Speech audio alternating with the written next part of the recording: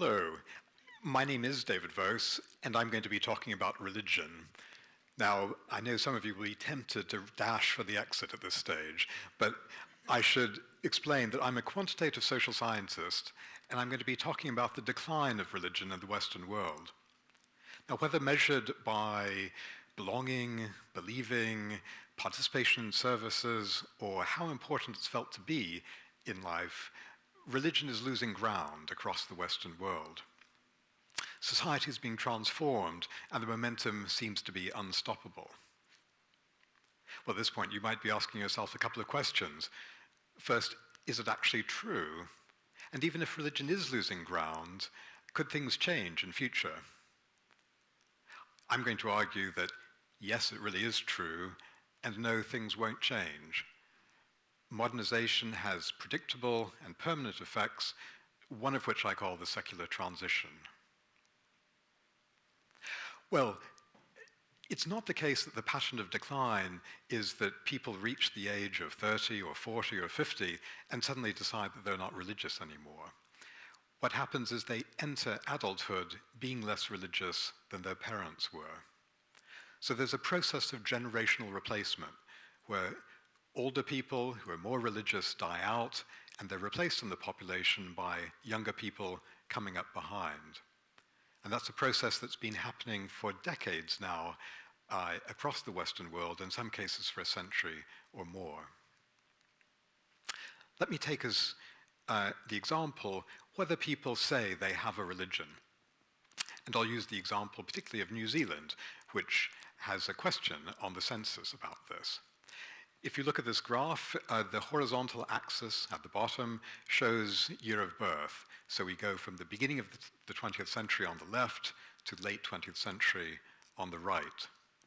And you can see that for the oldest generations, those on the left-hand side, virtually everybody says they have a religion. And you come down to the right-hand side, and roughly 2/3 say they don't. So that's a remarkable shift to have happened in the course of less than a century. Well, this sort of story is found throughout the Western world, even in the United States, which is often thought to be an exception. Things have started more recently there. The process is still only just starting to be noticed, but it is happening. I'll come back to the US in a moment. And it's similar whatever measure we take. So it's the same for attendance at services, for example. Well, you might be thinking, okay, the old Christian denominations are struggling, people don't identify with them so much, they may not be going to services, but surely they still believe in God, or at any rate, they're spiritual in some sense, even if they're not religious. Well, here is the United States, and this shows the proportion of the people who say they know God really exists and they have no doubts about it. Again, by year of birth, older people on the left, younger people on the right. And you can see that in the older section of the population, something of the order of 3/4 say they know God really exists, and that falls to not much better than 2 in 5 for people born later in the 20th century. Or Canada, for example, where we have data on the importance in life of religious or indeed spiritual beliefs. And here again, we see a sharp generational gradient from something like 2/3 of the oldest generation saying that these beliefs are very important to them, and that drops down to something like 1 in 5 for the youngest adult generations. Well, as you look at those, you may well be wondering whether I'm simply comparing the effect of being old with the effect of being young. Is it the case that people become more religious as they get older? Well, we have census and survey data going back quite a number of years, decades in fact, across the Western world now, and we can answer that question. And the answer is no. On average, people within a given generation don't change across the adult life course. So what we're seeing is not the effect of age, but permanent generation gaps. Lack of religion isn't just a stage that young people are going through. So this idea that there's something about modernization that erodes religious commitments, that reduces the respect accorded to religion, is known as the secularization thesis. And there are a couple of objections that are commonly raised nowadays to the secularization thesis. One is the example of the United States, which is modern and yet religion seems to thrive. And if it's an exception, then surely no generalizations are possible. The other objections commonly raised is that we're looking at change, not decline, and that while those old conventional churches may well be struggling, the new churches, new religious movements, Mormons and Pentecostals, for example, there's alternative spirituality, and indeed non-Christian faiths like Islam, Hinduism, Buddhism, that are gaining ground across the West. Well, as I mentioned a moment ago, even in the United States, in fact, it seems that decline has set in. We only just have the data now to notice, but it seems that it started a few decades ago. And it's following the same pattern of generational replacement that we've observed elsewhere in the West. And while it is the case that there have been developments, particularly immigration, that have brought people from more religious countries into the Western world, those effects aren't big enough to reverse the main trend. So far, so good, or so bad, depending on your view of religion. Secularization is happening. But there's still a big question. You may be asking, isn't it possible that the popularity of religion could be restored, even in the Western world? After all, faith promises benefits that are difficult or impossible to obtain any other way. It offers meaning, purpose, solace, ultimate justice, life after death, the prospect of being reunited with loved ones, and so on. Isn't it the case, you might be wondering, that nothing is irreversible? There's a reluctance nowadays, I think, to believe that we're converging towards some determined future. This is a notion that was popular in the mid-20th century, but it's fallen out of favor. It reminds us now a bit of the Victorian idea of progress, where the highest form of civilization is represented by people who are remarkably just like us. And yet modernization does have effects.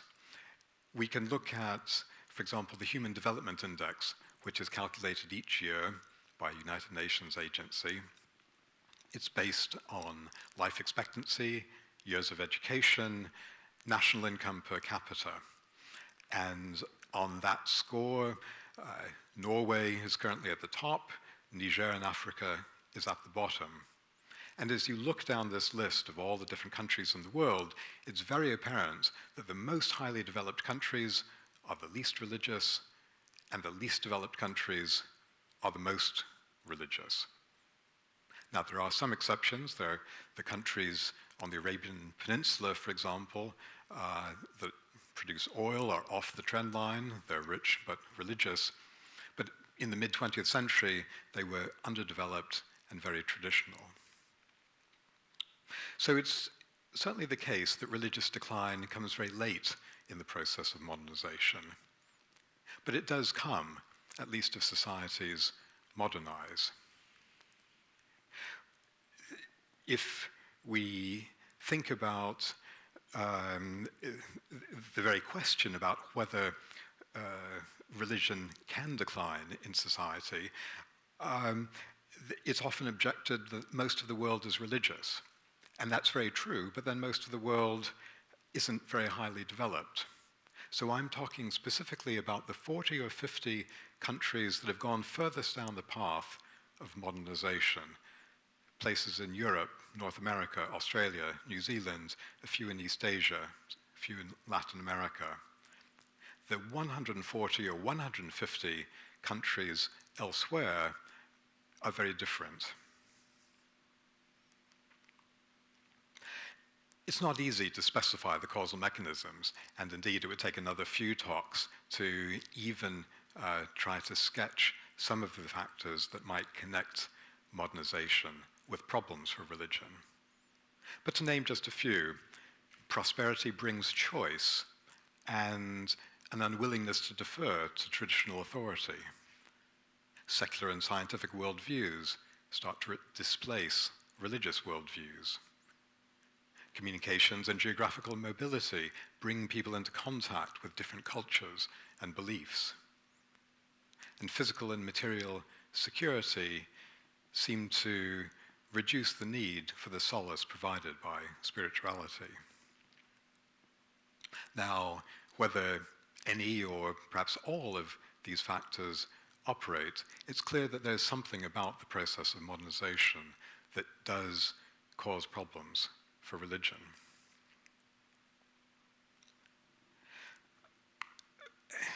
Moreover, it's very difficult for religion to bounce back. We do know of some places where religious involvement has increased in recent decades, but those are typically places where national elites had suppressed religion or imposed a degree of secularity that was lower than the development of the country would find natural.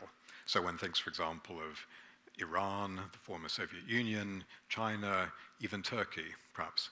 But when those regimes fell or restrictions were relaxed, religion rebounded to something that was more like an appropriate level given the degree of modernization. So the secular transition is underway, but why should it be irreversible?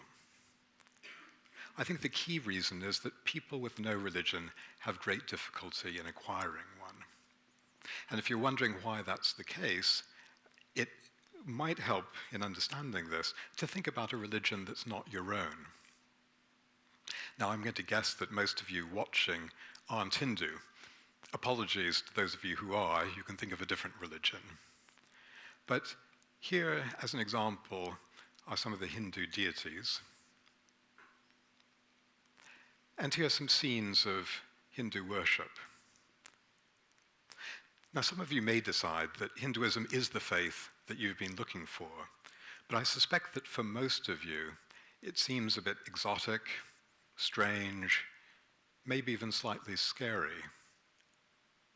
And I suggest that that's the position that a large proportion of young adults in the West are in with respect to any religion. They weren't brought up going to church, and they don't feel comfortable attending. They didn't grow up with Christian doctrine. That's not to say that they won't become Christian. Some will, many will. Some will become Hare Krishna or Muslim or Buddhist, but most won't. And for most, in fact, it's nearly impossible. You have to be raised with religion to find it natural. Now, I'm not suggesting that religious belief is inherently implausible or religious practice is inherently odd. On the contrary, what I want to argue is that it's a matter of custom and culture. So in the past, in the West, most people had a religion, at least nominally. Most people had some sort of religious knowledge. Religious involvement was the norm, and it was supported by culture and popular sentiment. These days, the default is quite the reverse. Many people grow up with very little acquaintance with religion or religious identity. Religion has become almost countercultural. Indeed, to the extent that people have any contact with religion, it's often in news stories about extremism or abuse or intolerance. And that's simply not conducive for religious revival. I'm not arguing that Westerners are all rationalists with a naturalistic worldview. On the contrary, a large proportion, at least half, believe in God or something out there, a higher power perhaps. Another large, perhaps non-overlapping proportion believe in some form of life after death. But for most people, it's not something they're very interested in. It's not something that's very important in their lives. They have little interest in becoming religiously active. So the secular transition is underway. Because it proceeds by generational replacement, it works very slowly and will be going on for years to come. When it comes to human beings, nothing is certain.